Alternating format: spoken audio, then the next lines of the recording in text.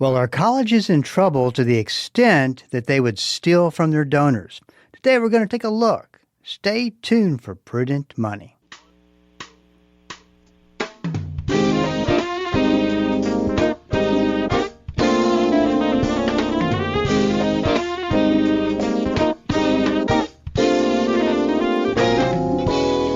Good afternoon. This is Bob Brooks, and you are listening to the Prudent Money Radio Show. Thanks so much for joining me today. You know I do appreciate it.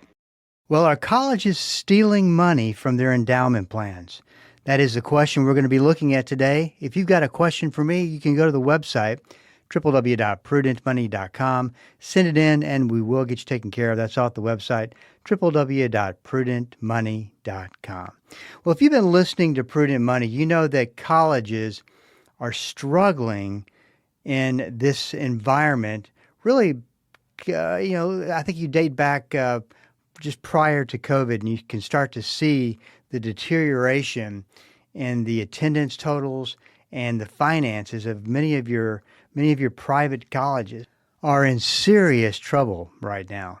And begs the question, what does the future look like for the colleges and universities in this country?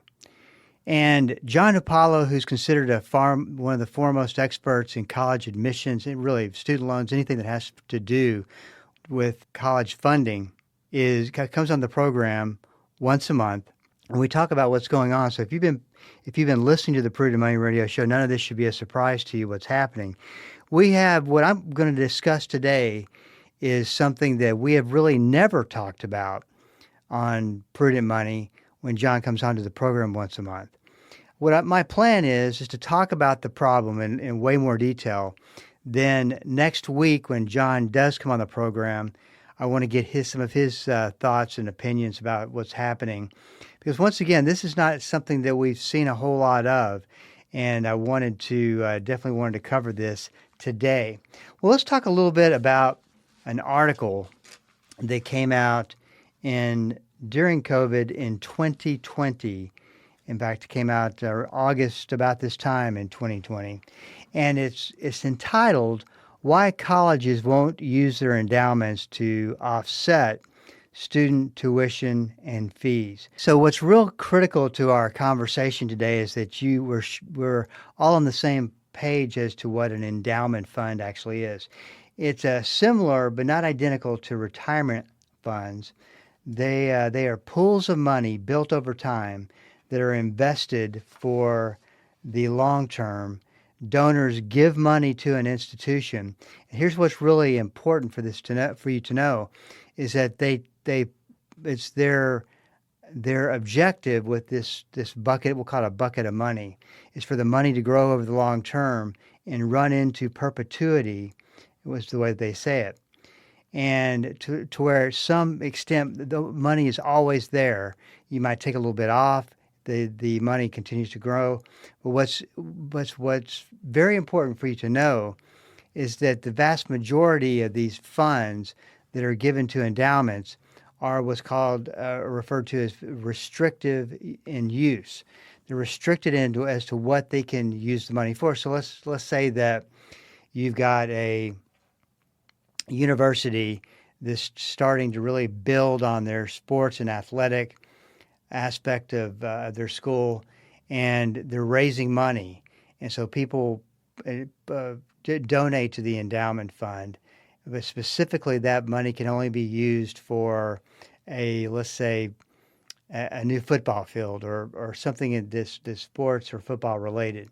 So the money technically could sit there for decades and hopefully grow unless it is being used for what its stated purpose. And you could have this article talks about a rowing team or a nanotechnology research group. If funds aren't managed in line with the donor's contracts, the endowment could face legal consequences. They also face a little bit of investment risk. Now, in order to really make these endowment funds work, you have to consider a very conservatively based investment strategies. And this is one of the problems that you see is that a lot of oftentimes you have the people who are fiduciaries of these endowment monies are not too concerned with the risk in their portfolio, or they have a different idea of what risk means. And to them, risk is not having not enough in the stock market. And this can also cause a problem because it's one of those things that there's all kinds of risks, but the investment risk is definitely one that you don't want to be facing. So this is what an endowment is, how it works. The title of the article, Why Colleges Won't Use Their Endowments to Offset Student Tuition and Fees. And the writer of this particular article was very set on the reason being is that they're restricted funds. You can't just use them for anything that you want to, paying college daily expenses. And this was written in 2020. I came across this next article, also published by the Wall Street Journal. In fact, it came out on Monday of this week. And the title to this particular article is The Struggling Colleges Raiding Their Endowments to Pay the Bills. So we go from an article 6 years ago written by the Wall Street Journal, and it says the title is Why Colleges Won't Use Their Endowments to Offset Tuitions and Fees. And now you have the struggling colleges raiding their endowments to pay the bills. Starts out with a lady by the name of Natalie Strauss, her husband of 20 years. He dies of cancer. She honors his memory by creating a scholarship in his name at the college where she taught accounting. Each year, she helped select a student to receive a few $1,000s at Notre Dame College, a small Catholic school outside Cleveland. But in 2024, the college closed, and she asked Notre Dame for the $30,000 endowment that she had there, and maybe that she moves it to another institution was kind of her thought, which under the terms of the gift could only be used to support the scholarship fund, which she set up so that $30,000 endowment was restricted, as most of them are. And she was told that they used the money to pay bills and that none of it, the money was gone. And she says, I considered it theft. Now think about this for a second. And this story, this whole idea of raiding endowment funds, becomes a very ugly story. And you look at it and you start to think that there's no way that this could be happening. Wait till some of the things we talk about. You won't believe it. Higher education is in real financial trouble, and Strauss's scholarship is one piece of the growing collateral damage. College leaders are cutting programs, laying off faculty, and digging into endowments to pay operating expenses. Boards of trustees are under intense pressure, and some are turning on one another and the president they employ.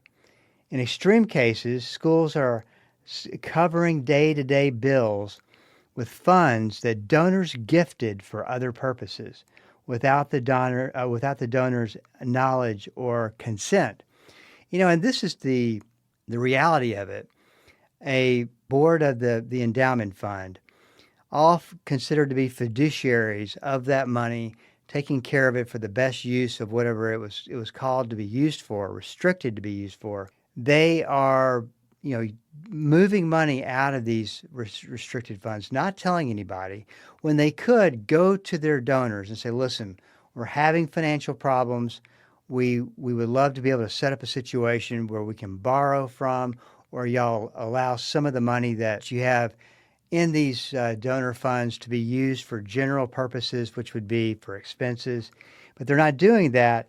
They're actually taking money from the restricted funds and using it, I guess, with the intent of paying it back.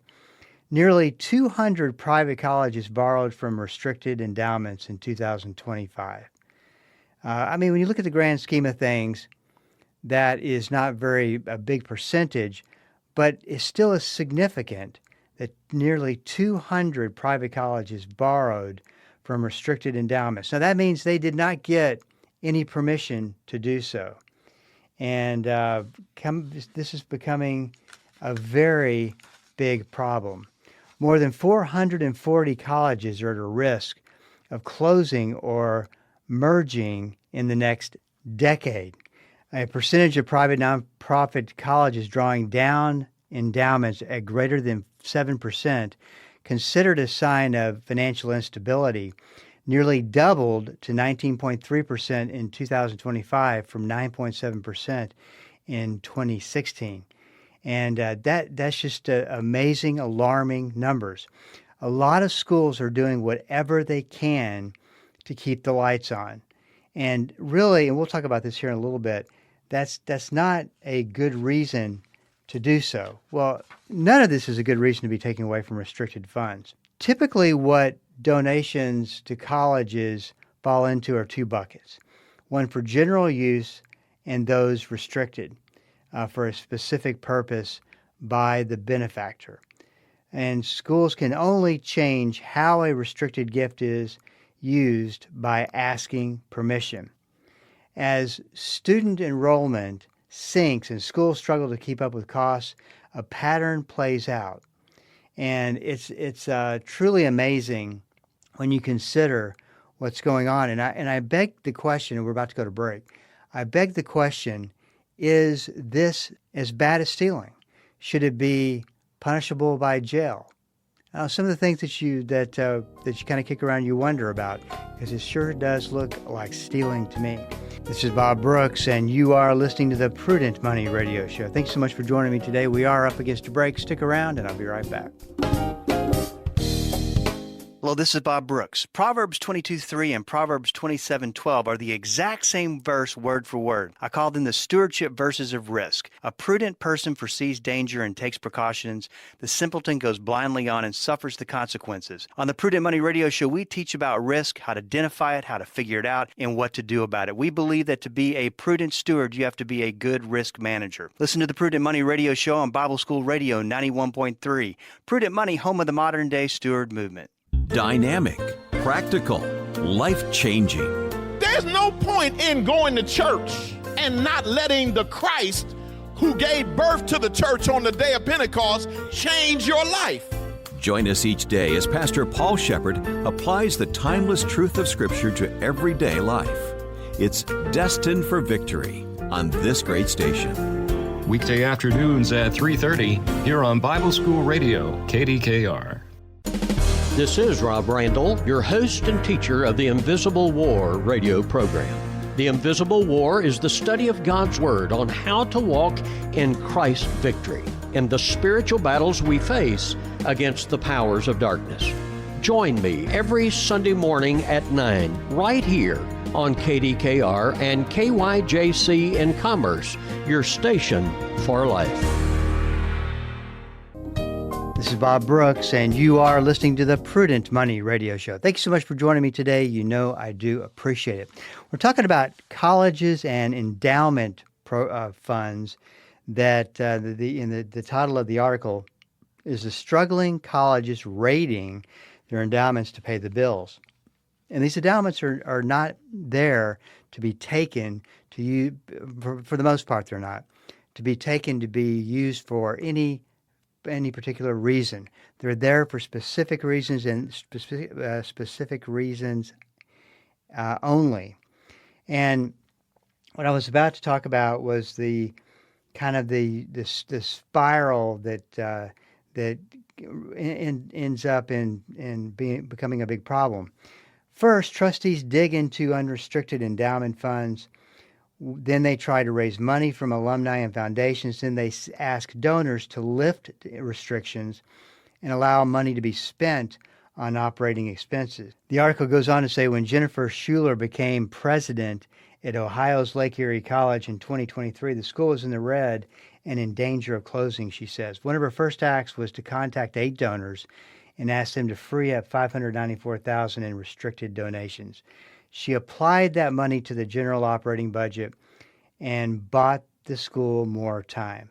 And it begs the question, are you taking money out of something that's failing, that's on life support, and throwing good money after bad? I mean, you see this in business all the time. Is this a situation that you're seeing in colleges? I would submit probably so. But persuading living benefactors to lift restrictions doesn't always generate enough money to keep schools afloat. Now, that's scary.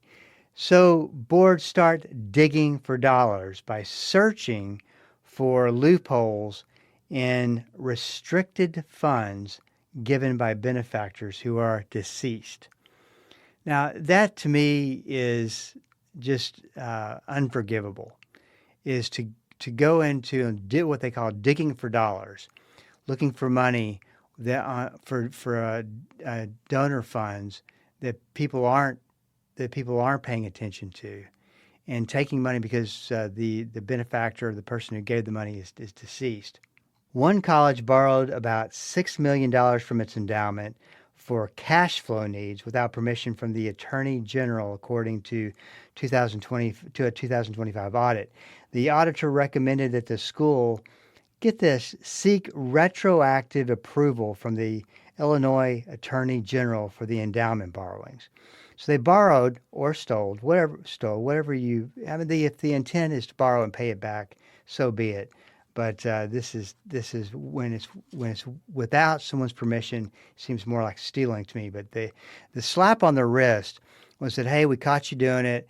You're in trouble. Now we want you to go back and convince the Attorney General to give you permission, as if they would, 4 or 5 years ago, or whatever the time frame was. And the school appointed a new president and leadership term, and it's implementing internal financial controls in consultation with third-party experts. So you look at these cases, and it's one case after another case where people, maybe they fire a president, maybe they let some people go off the board, but there's no jail time, and you rarely hear the word lawsuit. That just blows my mind, and these are things I want to ask John Hupalo when he comes in next week to be on the program. And they give a great analogy. It's like the guy talking about freeing up money the right way from restricted funds and using it into the general operating to cover expenses in the general operating expense fund. It's like the guy who's going broke and decides he's going to take his last $1,000 and go to the racetrack because he believes he's going to win, and then he can make everything better. And not to discourage saying it's a bad thing for colleges to fight, but I think you got to look at the point where do you give up? Do you shut the thing down because it's just throwing, like I said a while ago, throwing good money after bad money? And this doesn't happen. There's a whole part in here written about Notre Dame and some of the issues they've gone through, and some of the money that was taken from restricted funds, And one consultant said it was the single most poorly run operation I ever have seen. And this is what you see with a lot of universities. From the get-go, I mean, there's a lot of reasons why they're in the shape they're in, but a lot of times they're poorly run universities. This article talks about Notre Dame. I think that this is not the Notre Dame, but regardless, I think it's more about telling the story. By talking about their collapse. By 2023, enrollment had fallen 32% from 2016, and the school was losing $4 million a year. Yeah, this is talking about the different Notre Dame. According to federal data and the college's financial tax filings. Michael Canty, a business owner who had joined the board the prior year, began to suspect that the school was improperly borrowing from restricted endowments. He confronted the then president, J. Michael Presimone, telling him the practice was improper and had to end. Presimone defended the practice as necessary and commonplace. And Canty could not believe what he was hearing. In an interview, the then acting president said Notre Dame did regularly dip into the unrestricted endowment to cover costs toward the end of the semester when cash flow was tight. But he says he never authorized the use of restricted funds, which doesn't seem to be all true. He adds then that he and Canty did not see eye to eye. Soon after the board meeting held a meeting, Presimone made a motion to officially reclassify $1.2 million of restricted endowment, so money that they're not supposed to touch, for other uses, the Ohio Attorney General alleged. And it says the next day the board asked the president to leave. The Attorney General says a week later, the interim president advised the executive committee that $2.8 million would need to be returned to restricted endowment funds. So the stories go on, and it makes you wonder what the future looks like. I started to write down just some of the thoughts of this story. The first one is student loan is no longer student friendly.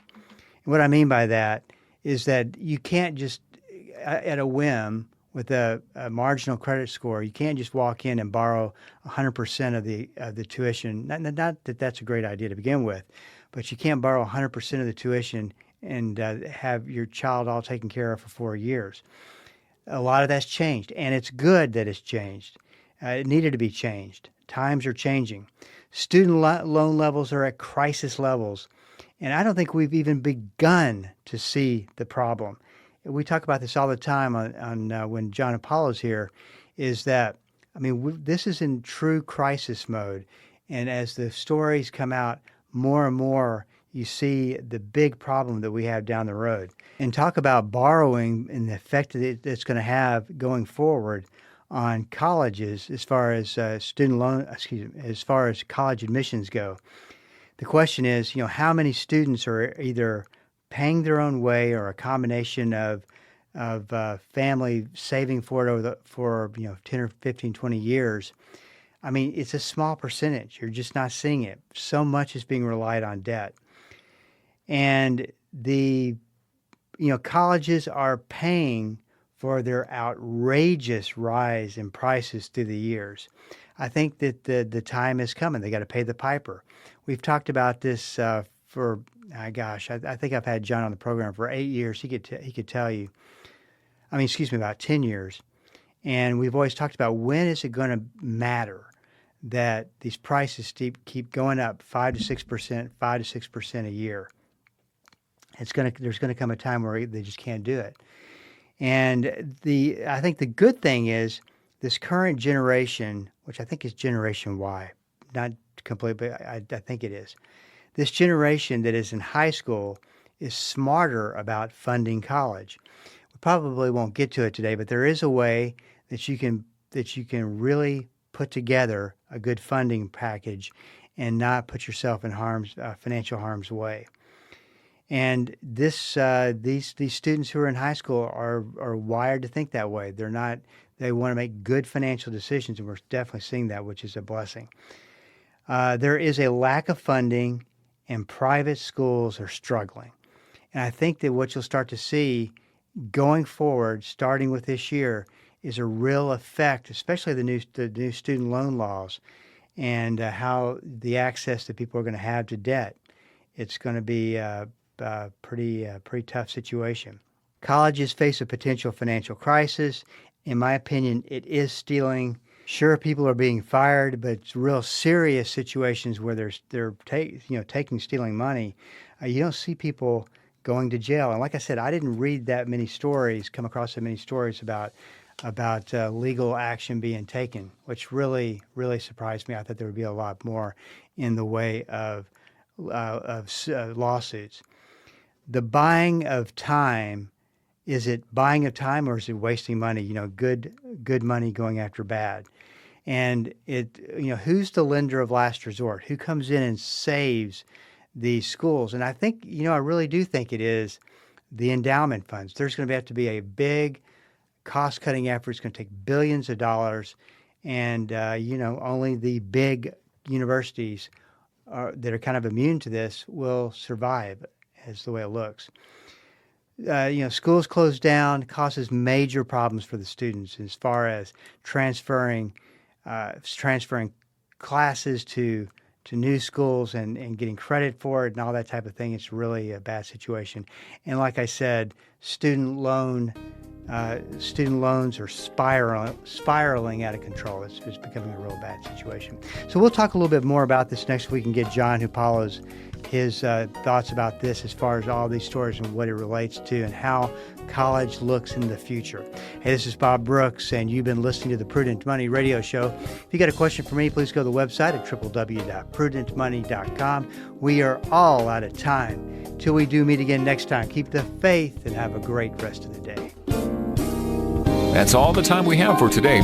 Questions or comments for Bob, or to find out more great information like what you've just heard, visit www.prudentmoney.com. Be sure to join Bob Brooks again for the next edition of Prudent Money.